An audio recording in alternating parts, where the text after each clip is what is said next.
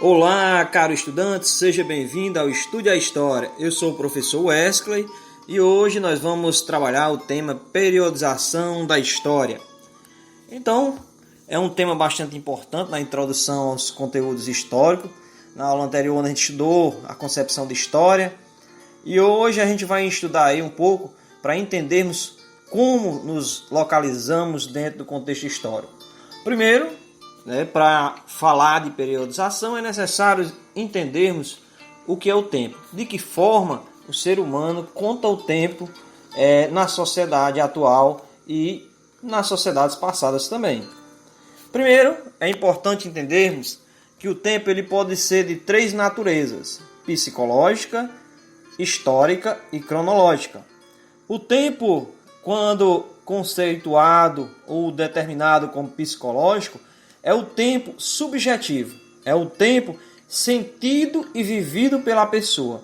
Ele acontece de acordo com o estado de espírito de cada indivíduo. Nós chamamos o tempo psicológico de tempo individual. Ao contrário dos outros dois tipos, ele não é igual para todos. Cada pessoa tem seu tempo, mesmo convivendo em um mesmo período, mas cada ser humano tem seu tempo psicológico, ou seja, meu tempo psicológico não é igual ao seu, então cada um de nós temos nosso tempo e nós sentimos ele de uma forma diferente. Então esse é o tempo psicológico, ele é constituído de forma individual dentro de cada ser humano através do seu espírito, através do seu estado de espírito. Contudo, o outro tempo que nós encontramos bastante presente no nosso meio é o tempo histórico, que nós chamamos também de tempo na história. O tempo histórico ele é um tempo que está relacionado à sucessão de eventos, ou seja, a acontecimentos no cotidiano da humanidade que marcaram um determinado período. Esses acontecimentos eles podem ser marcados por fatos atuais ou pode ser algo um pouco mais anterior. Enfim, ele pode se localizar em qualquer parte da história da humanidade. O tempo histórico, por exemplo, eu posso dizer o tempo da escravidão no Brasil. Então, a escravidão no Brasil, ela representa aí um tempo histórico. Por quê? Foi um período aí de quase 400 anos em que a sociedade brasileira vivenciou um período de trabalho em regime escravo em consequência de um domínio da raça branca, sobre a raça negra. Então, desta forma, o negro foi subjugado no território brasileiro e utilizado como mão de obra escrava. Então, durante todo esse período, quando se fala período da escravidão no Brasil, nós estamos falando de um tempo histórico. Então, o tempo histórico é justamente isso. Quando nos referimos a uma faixa temporal que é marcada por um determinado acontecimento. Então, ao longo dos estudos históricos, você vai encontrar vários contextos desses. Por exemplo, o tempo das grandes navegações. Então, sabemos que corresponde a um espaço temporal onde o continente europeu, principalmente, os países europeus, eles predominaram com a expansão marítima, levando os navios, as caravelas, em busca de explorar outros territórios, em busca de mercadorias, em busca de riqueza, enfim, em busca de descobrir novos horizontes para a economia europeia. E desta forma nós podemos citar vários outros contextos aí quando se fala em tempo histórico. Então lembra, o importante é você ter a concepção que tempo histórico significa um espaço temporal marcado por um determinado acontecimento que torna esse tempo visível justamente por aquele fato. Contudo, o tempo mais presente e mais utilizado pelo ser humano é o tempo cronológico. Por quê? Porque ele acontece a todo instante. Ele é medido de uma forma regular. Ele é contado na sociedade atual através dos calendários. E esses calendários utilizam-se também como medida os relógios. Então, o tempo cronológico ele é cronometrado, ele é utilizado para se ter esse tempo cronológico, alternâncias entre dia e noite, entre inverno e verão, primavera e outono. Esse período que nós contamos, ele é resultado e ele é cronometrado a partir do que? Dos relógios e dos calendários. Vale destacar que para estabelecer um controle sobre o tempo cronológico, um controle não que parar ou fazer ele seguir, mas para saber contá-lo, foi utilizado os calendários e a sociedade desenvolveu, utilizados os calendários e a sociedade desenvolveu diversos calendários ao longo dos tempos históricos. Então, hoje, por exemplo, na sociedade ocidental, nós usamos o calendário cristão, mas também existe o calendário judaico, o indígena, o chinês, o islâmico e dentre outros, né? Contudo, como eu falei anteriormente, dentro desse tempo cronológico, que ele é a base para a gente chegar aos demais tempos, nós utilizamos o chamado calendário, né, para fazer essa contagem do tempo. Então, o tempo ele é contado a partir do calendário. O calendário usado na sociedade ocidental atualmente é o calendário solar. Também pode ser chamado de calendário gregoriano ou juliano. E ele é predominante na sociedade ocidental. Desta forma, ele tem como marco inicial o ano 1, que é o nascimento de Cristo. Então, ele é o ano cristão, né? Ele marca, ele inicia-se com o nascimento de Cristo. Contudo, a gente conta o antes de Cristo, que nos livros traz o AC, né? As siglas em AC, para dizer que foi antes de Cristo. E temos o depois de Cristo, que é a siglazinha DC, né? Está depois de Cristo.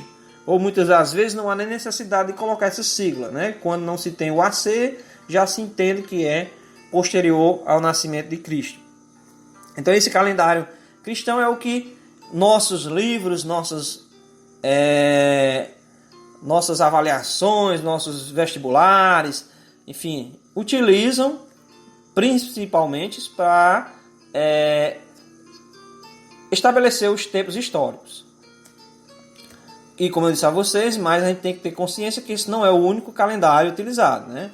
Nós podemos encontrar aí calendários, o calendário muçulmano, podemos encontrar o calendário judaico, que ele é bem mais extenso do que o nosso, porque ele não se divide em antes e depois.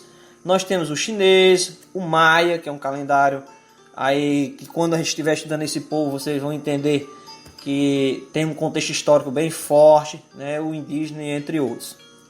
Já que nós utilizamos principalmente e quase que exclusivamente o calendário solar, o gregoriano e juliano, tendo como base o nascimento de Cristo, então nossa contagem do tempo ela se dá em horas. Claro que existem as unidades de medida que compõem a hora, né? Mas vamos começar por hora, né? Então, contagem a partir de horas. Quando junta-se as horas, nós temos os dias, depois as semanas, os meses e, por fim, o ano, né? O nosso calendário, atualmente, o calendário solar, ele é justamente esse. 24 horas, né? A gente entende o dia. Os meses, que são 12 meses, e eles têm alternância, alguns com 28, né? A cada 4 anos fica 29, que é o mês de fevereiro. E os outros meses eles alternam 30, 31 dias. E vale ressaltar que o 29, quando acontece chamam ano bissexto a cada 4 anos, é porque na contagem desse calendário sempre sobra um pouco de hora ao final de cada ano. E aí eles juntam e a cada 4 anos dá mais um dia. Nós, no termos históricos, quando contamos o tempo, além dessa nomenclatura hora, dia, semana, mês e ano, nós também temos as divisões em décadas, correspondente a 10 anos, a cada 10 anos nós temos uma nova década, século, que é a cada 100 anos, e temos também o milênio. Então nós utilizamos essas unidades de medida para contar o tempo. Vale destacar que na nossa contagem de tempo atual, a cada 25 anos mais ou menos, nós costumamos dizer que passou-se uma geração. Então a duração de uma geração é 25 anos. Quando estamos contando o tempo, é interessante percebermos que o calendário cristão ele é organizado em séculos, né? E esses séculos, como nós vimos anteriormente, é composto por grupos de 100 anos, né? Então, o primeiro século ele se inicia lá no ano 1 e ele termina no ano 100. E aí, do ano 101 ao ano 200, nós temos o século II. E assim sucessivamente até o século atual, né? Nós estamos no século 21, né? Então, desta forma, como é que é feito o cálculo para saber o século? Então, a regra é bem simples. Você pega o ano, vamos supor aí o ano 1500, né? O ano 1500 ele termina em 0, né? Então, 1500, você corta os dois últimos números do 1500, sobra 15. Como os dois últimos eles são 0, então o século é o que resta. Então, o que foi que restou de 1500 quando se corta o 2 0? Restou 15. Se fosse o ano 2000, por exemplo, a gente calcular, quando eu cortar lá os 2 0 de 2000, vai sobrar 20. Então, o século será 20. Mas se o ano for, por exemplo, o ano 2002, então, quando eu cortar os dois últimos números, vai sobrar 20 também. Vai. Só que tem uma diferença. Os dois últimos números têm um número diferente de 0, que é o 2. Então, quando se tem um número diferente de 0, a regra diz que você corta os dois últimos e soma o que resta com 1. Então, fica 20 mais 1, século 21. Se nós voltarmos um pouco aí, vamos para o ano 1492, por exemplo. Então, quando eu cortar lá os dois últimos, o 9 e o 2, fica 14. E aí esses dois que eu cortei, eles são diferentes de 0, então 14 mais 1, século 15. Então, essa é a regra para a gente calcular os séculos, que é bastante presente na história, é interessante você dominar. Nós representamos eles com os números, os chamados algarismos romanos, né? A história da humanidade ela é dividida em 5 partes, vamos dizer assim, a história completa. Só porque essas 5 partes elas são divididas em pré-história, que é a primeira parte, e depois, posteriormente, nós temos 4, que é a Idade Antiga, a Idade Média, Moderna e a Idade Contemporânea. A pré-história ela é dividida em 3 períodos: Paleolítico, ou Idade da Pedra Lascada, predominância do homem que vivia da caça, da pesca e da coleta de frutos. Depois nós temos o segundo período, o período Neolítico, onde o homem começa seu processo de sedentarização. E temos a Idade dos Metais, como o próprio nome diz, é um período onde o homem começa a se apoderar de instrumentos a partir de metais. Encerrada a pré-história, inicia-se a Idade Antiga, depois Idade Média, Idade Moderna e Idade Contemporânea. Para a gente entender os marcos iniciais de cada um, é importante dizer o seguinte: a pré-história ela se inicia quando? Ela se inicia com o surgimento do Homo moderno. O Homo moderno é o que nós chamamos de Homo sapiens sapiens. Calcula-se que, em média, ele tenha surgido há 100 mil anos antes de Cristo. Então, este marco aí é um marco que se inicia a pré-história com o período paleolítico. E aí, a pré-história vai até quando? Ela vai até 4 mil anos antes de Cristo, onde, historicamente, costumamos dizer que foi onde surgiu a escrita. E aí, com o surgimento da escrita, o homem deixou de ser pré-histórico e ele passa a integrar a história. Que história? A história que inicia-se com a Idade Antiga. É onde nós vamos ter as primeiras civilizações, que temos registros escritos. Vamos ter os egípcios, os mesopotâmicos, né? Enfim, aí nós vamos ter o marco inicial também. Surgimento da escrita ele marca o fim da pré-história, surgimento da história humana e início da Idade Antiga, que é o primeiro período desta história. Existem aí algumas desavenças, porque considera-se que pré-histórico, porque o homem não tinha propriedades sobre a escrita, né? Então, dessa forma, será se hoje ainda existem pessoas que são pré-históricas? Então, são alguns questionamentos que existem dentro da história, mas, de termos gerais, a gente faz a periodização assim. Surgimento do homem moderno, há mais ou menos 100 mil anos antes de Cristo, inicia-se a pré-história. Surgimento da escrita, fim da pré-história, início da Idade Antiga. E aí, na Idade Antiga, nós vamos viver o nascimento de Cristo, que marca o ano 1 do calendário gregoriano. E, posteriormente, em 476, já no século V, acontece a queda do Império Romano do Ocidente. O crescimento do cristianismo diversas alterações políticas, e aí o Império Romano ele vai à decadência. Dessa forma, surge o quê? Surge a chamada Idade Média. Essa Idade Média que vai do século V até o século XV, é aproximadamente 1000 anos, né? E a Idade Média, ela é um período em que o cristianismo se fortaleceu muito, mas que também, na metade desse período por fim, ele começa a entrar em decadência também, diante de algumas realidades, né, diante de algumas práticas dos líderes religiosos. Então, o cristianismo se fortalece durante a Idade Média e depois ele tem um pouco de queda, né?